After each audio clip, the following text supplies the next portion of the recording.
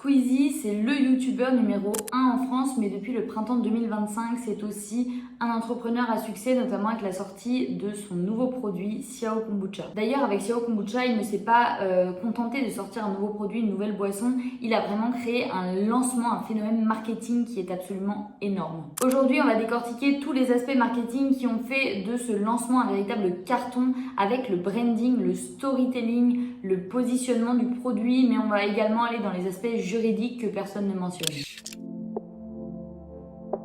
Squeezie, c'est plus de 20 millions d'abonnés, c'est une communauté extra fidèle, mais c'est aussi son image qui dépasse très largement la sphère de YouTube. Et d'ailleurs, pour la sortie de Xiao Kombucha, il a utilisé une stratégie extrêmement classique, mais qu'il a réussi à la perfection, c'est-à-dire un teasing pendant plusieurs jours, une communication 100% digitale et une révélation de produit en direct avec des visuels immersifs et parfaitement cohérents avec son image. Résultat, le FOMO, la Fear of Missing Out, c'est-à-dire la peur de manquer de la part des consommateurs, a été immédiat et les ventes massives se sont faites en quelques heures.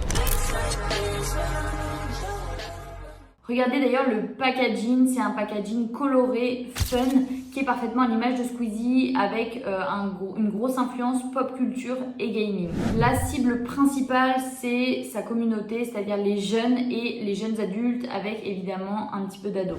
Ce branding, il est cohérent avec l'image de Squeezie, il est fun, il est coloré, il est à la mode, mais suffisamment distinctif pour qu'on le remarque au milieu des rayons. Même le site web, il a été pensé pour être une expérience visuelle à part entière avec des visuels dynamiques, une police d'écriture qui appelle l'œil et surtout un ton qui soit vraiment complice avec ses abonnés.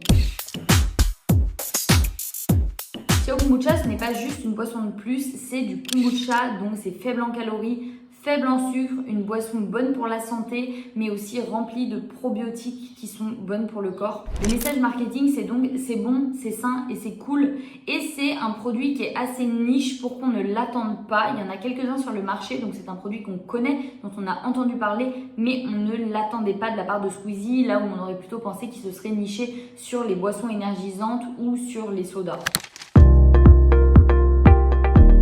Squeezie a capitalisé sur son plus gros atout, sa communauté. Les premiers acheteurs sont notamment ses fans qui endossent le rôle d'ambassadeur sans pour autant avoir besoin d'être payés. Ils achètent le produit d'eux-mêmes et surtout ils le mettent en avant, ils le repartagent sur les réseaux sociaux. C'est un véritable phénomène de mode qui se crée et ça c'est très intelligent de sa part d'avoir vraiment relié toute son image avec cette sortie-là. Et du coup, là où beaucoup de marques sont obligées de mettre des budgets énormes en termes d'influence, et bien avec Squeezie, c'est de la pub purement organique. Les gens achètent, partagent, créent du contenu gratuitement et il n'a pas besoin d'un gros budget pub puisque c'est directement son image qui s'en charge. L'autre coup de génie, c'est la gestion des stocks et le fait que le produit soit limité. Des ruptures rapides dans les rayons ou sur le net créent un sentiment de manque, de frustration et de rareté dans l'esprit des gens qui veulent absolument se le procurer. C'est exactement d'ailleurs la même mécanique qu'on voit pour plein de marques de vêtements et dans la streetwear. C'est rare, on n'arrive pas à l'avoir, alors forcément on devient quelqu'un si on arrive à se le procurer et forcément ça booste énormément les ventes. Et maintenant on va revenir sur le point réglementaire et juridique de la marque.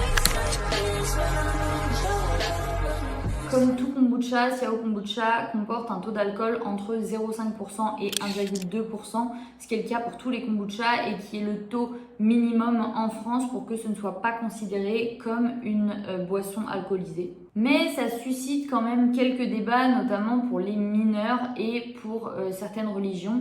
Mais sachez que c'est le cas de tous les kombuchas, c'est une boisson qui est fermentée, donc il y a forcément un petit peu d'alcool dedans. Côté juridique maintenant, un point intéressant, sachez que le nom Xiao Kombucha avait été déposé, mais ça n'avait pas été le cas pour tout l'aspect visuel, puisque l'identité visuelle n'avait pas été protégée, ce qui a ensuite été rectifié. La protection a été renforcée avec un dépôt de dessins et de modèles, ce qui est franchement bien plus intelligent pour éviter toute forme de copie.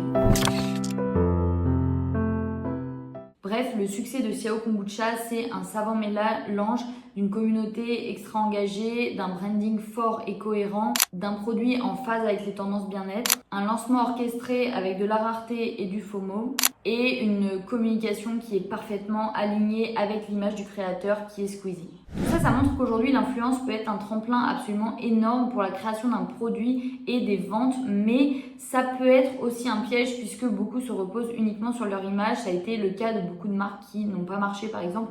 Je pense à Maison Dorée de Chloé B, mais il y en a plein d'autres qu'on pourra analyser si vous le souhaitez. Dites-le moi en commentaire, pensez à liker cette vidéo et n'hésitez pas à me dire si vous souhaitez l'analyse d'une autre marque. Abonnez-vous et on se rejoint très bientôt pour parler marketing, communication et community management.